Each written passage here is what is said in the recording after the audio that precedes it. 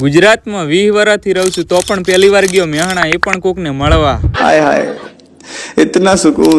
ઘરેથી આ ટિકિટ એમ થેલો પેક કરી નીકળ્યો તો એમ જોણે ના 40-50 કરોડની લોટરી લાગી હોય. મારા ગામના સુંદર નજારા જોઈને 70 લાખની બસમાં બેસીને આપણે નીકળી પડ્યા હતા મેહાણા જવા બાજુ. પણ કરમની કઠણાઈને હવારના પોરમાં કયા પનોતીનું મોઢું ભાળ્યું તો બસમાં પણ ઊભું રહેવું પડ્યું. ચાણસમાં પોક્યા ત્યાં એક ભલા મોણાએ સીટ આપી. ભગવાન એને પેલા ખોળે પછી વિતરા આપે. મારા જેવા ડાયા ભોળા રૂપાળા છોકરાને જોઈને તમને લોકોને એમ નથી થતું ફોલો વાળું બટન દબાઈ નાખું.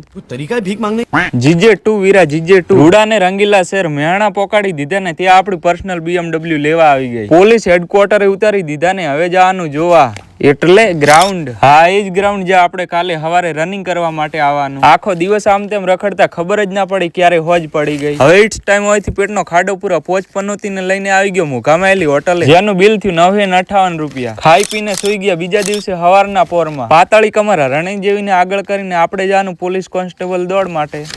9 વાગે અજવાળું થયું ત્યાં દોડ પૂરી કરીને બહાર આયા. અમને તો પહેલેથી જ ખબર હતી કે પાસ થઈ જવાના, એટલે તો 150 કિલોમીટર થી ધક્કો ખાધો. મેહાણાની ટોપ ક્લાસ યુનિવર્સિટીમાં રખડતા હતા ત્યાં એક મિત્ર મળ્યા. તમને મળીને ખૂબ આનંદ થયો. કામ તો બીજા ભાઈબંધને હતું, હું તો ખાલી પાણી પીવા આવ્યો હતો. My schedule is so busy I fly in plane.